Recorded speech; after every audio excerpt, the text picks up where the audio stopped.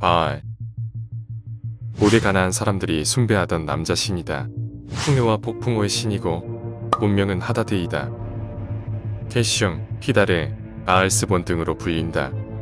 신을 이름으로 부르는 것은 불경한 일이기에 존경하는 신에게 팔레스타인어로 왕 주인이라는 뜻인 바알로 불렀다. 그런데 우리가 흔히 알고 있는 바알은 지옥의 왕 중 하나로 악마이다. 왜 이렇게 된 것일까? 바알은 악마일까 신일까? 그에 대한 이야기를 해보려고 한다. 고대의 바알은 가나안 땅의 신을 뜻했다. 최고신 엘과 여신 아세라의 사이에서 태어난 신이다.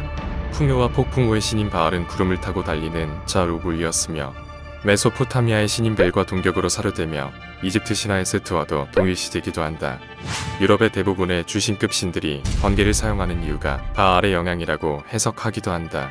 천둥과 번개의 신 그리고 사람들에게 가장 중요한 풍요와 생명을 관장하는 신이었기에 주신인 창조신 엘보다 많은 사람들의 숭배를 받았다. 오리엔트 지방 전역에 퍼져있던 폭풍과 천둥, 비 그리고 풍요의 신인 바알은 구름을 타고 곤봉 또는 차를 들었으며 쇠뿔이 달린 산고무를 쓴 것이 특징이다. 천둥과 소의 뿔은 바알의 상징이며 이는 나중에 악마의 상징이 되었다. 하다드 바알에 대한 기록은 고대에서부터 이어져 왔다. 그에 대한 기록은 우가리트 토판을 통해 알 수 있다. 우가리트는 현 시리아 라타키아 주의 지중해 연안에 위치한 고대 항구 도시이다.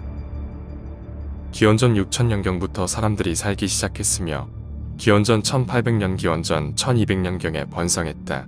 기원전 1000년대 중반의 것으로 추정되는 이 토판에는 쐐기문자 형태의 기록이 남아있다. 이 우가리트 토판 문서는 쐐기문자를 사용한 최초의 알파벳 기록이다. 폭풍의 신 바알은 이 땅의 주인 자리를 놓고 바다의 신 얌과의 전쟁으로 이야기는 시작된다. 대장장이 신이 준 무기로 얌신을 제압하고 엘에게 허락을 받아 대장장이 신의 궁전에서 신들의 잔치에서 신들의 지도자로 인정을 받게 된다. 하지만 여기에 불만을 품은 죽음의 신 모트와 갈등이 일어나게 된다. 모트와의 전투는 7년을 주기로 풍요에 대해 말하는데 이는 생명과 풍요의 신 바알이 죽음과 흉작의 신 모트와 벌이는 치열한 싸움을 말한다. 바알이 승리하면 7년간 풍년이 계속될 것이나 모트가 이기면 가뭄과 기근이 7년 동안 이어진다. 바알은 최초 전투에 배에 땅에 묻히게 되고 그로 인해 비가 오지 않아 가뭄이 들고 흉년이 이어지게 된다. 이에 바알의 아내이며 전쟁의 신 아스다롯에 의해 죽었던 바알이 모트의 죽음의 땅에서 부활하고 모트를 죽여 그의 시신을 씨앗처럼 뿌리자 마침내 이 땅에 풍년과 풍요를 가져온다는 신화이다. 이처럼 바알은 풍요를 상징하는 신이었기에 그를 숭상하는 방법 중 하나는 씨를 뿌리는 행위, 즉 성교와 농경이었다. 다산을 통해 많은 노동력이 있으면 농경사회에서 부의 가치가 높아지기에 씨를 뿌려 농작물을 키우는 행위와 씨를 뿌려 아이를 키우는 행위를 동일시하고 풍요의 상징으로 보았다. 또 다른 숭상 방법 중 하나는 인신공양이었다.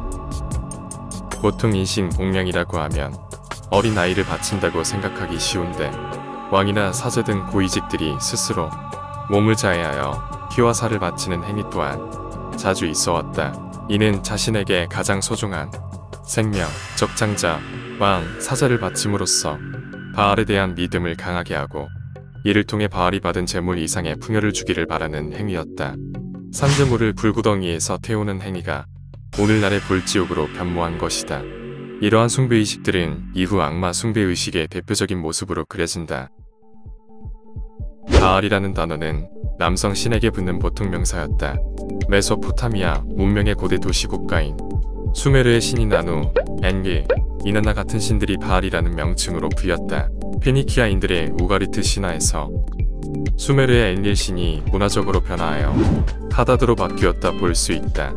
그래서 바알 엔릴이라는 명칭으로도 바알 하드를 지칭하기로 한 것을 보면 말이다.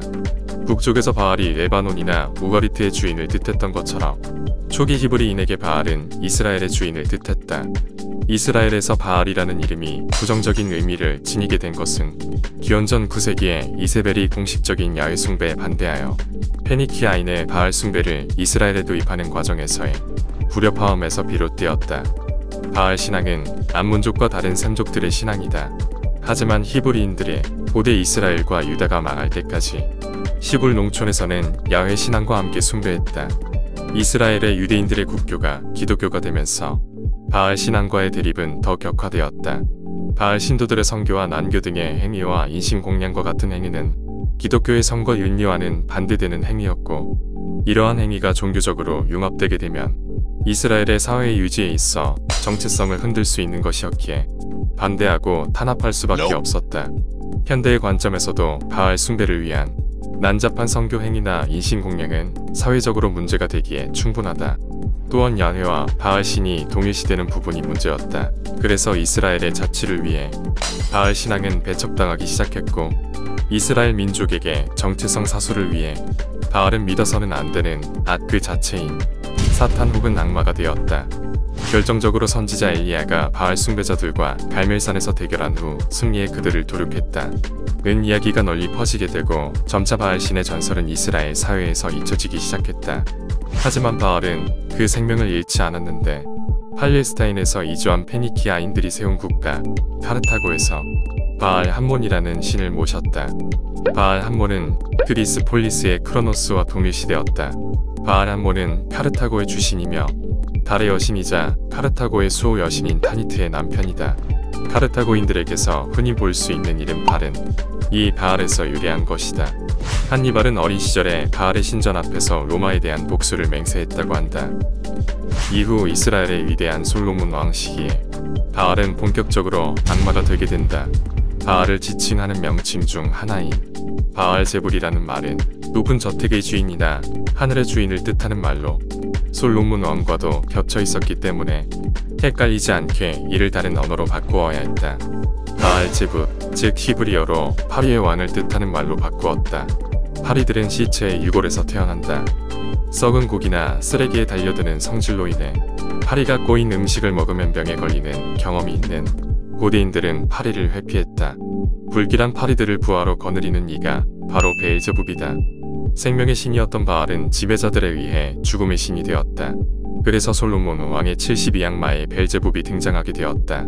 고대 마도서에 등장하는 벨제비트는 악마 바알을 말한다. 솔로몬은 72위의 악마들의 힘을 위험하게 보고 노스로 만든 항아리에 봉하였다. 그것을 바빌론의 구멍이라고 불리는 바빌로니아의 깊음 안에 묻었다. 이후 바빌로니아 사람들이 그 항아리를 발견하고는 보물이 있는 줄 알고 열었다가 봉인이 풀려버렸다. 악마들 중 71위가 도망쳐서 원래 지옥에 있던 자기 영지로 돌아갔지만 대악마 벨리알만은 남아 모상 속에 들어가 신탁을 내리는 일을 했다고 전해진다. 이때 바알도 풀려나와 악마들의 왕으로 군림하게 된다.